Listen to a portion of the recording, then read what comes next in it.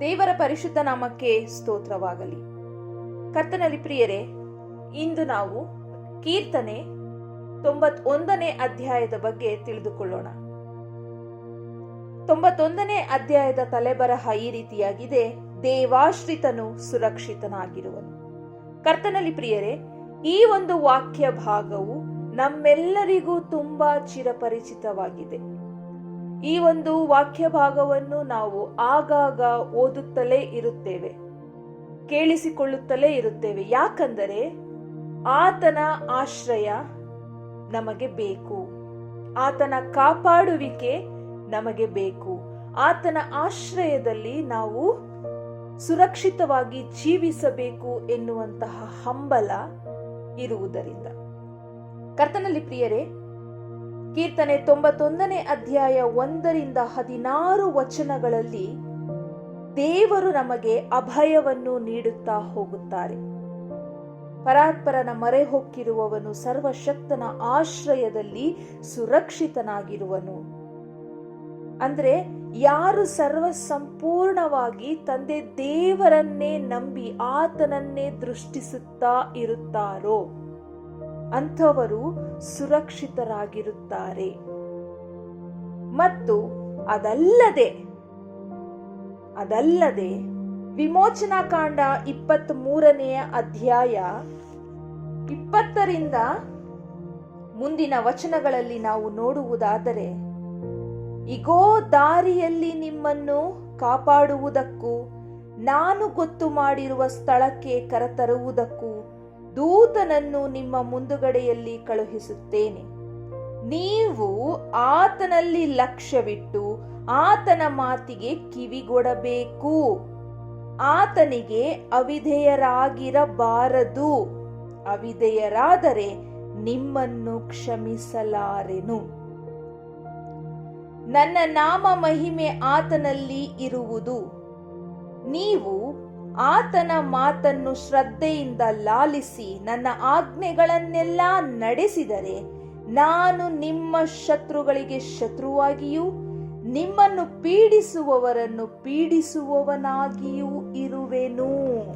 ಕರ್ತನಲ್ಲಿ ಪ್ರಿಯರೇ, ಇದರಿಂದ ನಾವು ತಿಳಿದುಕೊಳ್ಬೇಕು, ನಾವು ಆತನನ್ನು ಪ್ರೀತಿಸುವುದು ಮಾತ್ರವಲ್ಲದೆ ಆತನ ಎಲ್ಲಾ ಆಜ್ಞಾ ವಿಧಿಗಳನ್ನು ನಾವು ಕೈಕೊಂಡು ನಡೆಯುವವರಾಗಬೇಕು.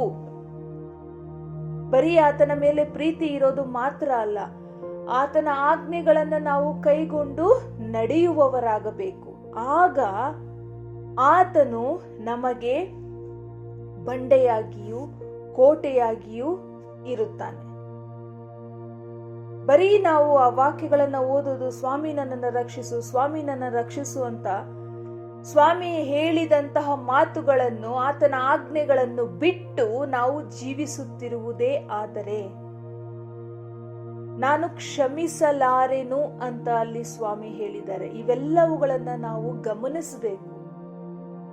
ಗಮನಿಸಿ ನಮ್ಮನ್ನೆಷ್ಟೋ ಹೆಚ್ಚಾಗಿ ಪ್ರೀತಿಸುವ ಆತನ ಪ್ರೀತಿಯನ್ನು ಪಡೆದುಕೊಂಡವರಾಗಿ ಜೀವಿಸಬೇಕು. ಆತನ ರೆಕ್ಕೆಯ ಮರೆಯಲ್ಲಿ ನಾವು ಆಶ್ರಯ ಪಡೆದುಕೊಳ್ಳಬೇಕು. ಆತನ ಎಲ್ಲಾ ಆಜ್ಞಾ ವಿಧಿಗಳನ್ನು ನಾವು ಪಾಲಿಸುವವರಾಗಬೇಕು.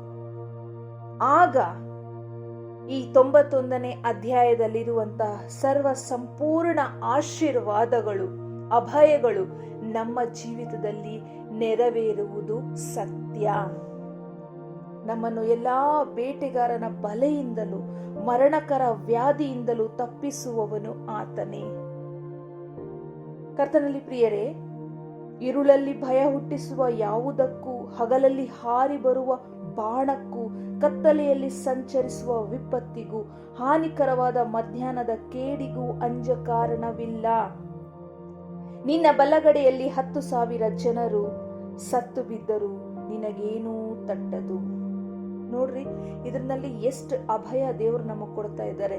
ಇರುಳಲ್ಲಿ ಭಯ ಹುಟ್ಟಿಸುವ ಯಾವುದಕ್ಕೂ, ಹಗಲಲ್ಲಿ ಹಾರಿ ಬರುವ ಬಾಣಕ್ಕೂ, ಇವ್ಯಾವು ನಮಗೆ ಗೊತ್ತಾಗೋದಿಲ್ಲ.